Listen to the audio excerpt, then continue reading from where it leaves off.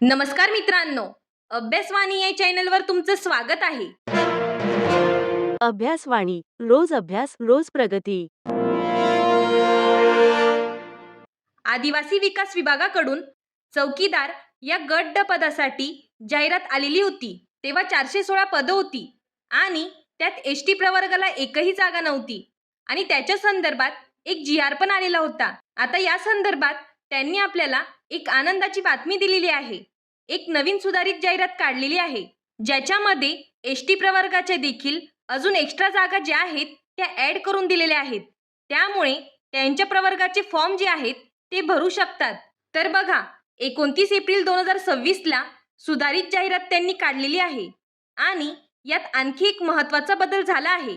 तो म्हणजे अर्ज हे 6 मे पासून सुरू होतील आणि 27 मे 2026 रात्री 11:55 पर्यंत तुम्ही हा अर्ज करू शकतात. म्हणजे इथे बघा, अर्जाची मुदत संपल्यानंतर 1 ते 1.5 महिन्यात आपली परीक्षा राहील. जर आपण आतापासून अभ्यास चालू केला तर आपल्याला 2 ते 3 महिने मिळू शकतात. तसेच ॲपटेक नावाची कंपनी ही परीक्षा घेणार आहे.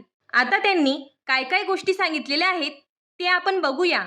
तर बघा, 2026ला जी जाहिरात आलेली होती तर त्यात चौकीदार हे पद शासकीय आश्रमशाळा आणि वसतिगृहासाठी पाहिजे होतं.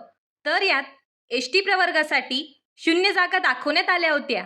आता 478 पदांपैकी अनुसूचित जमातींकरिता 37 पदे आणि खुल्या प्रवर्गातील 116 पदे उपलब्ध राहणार आहेत.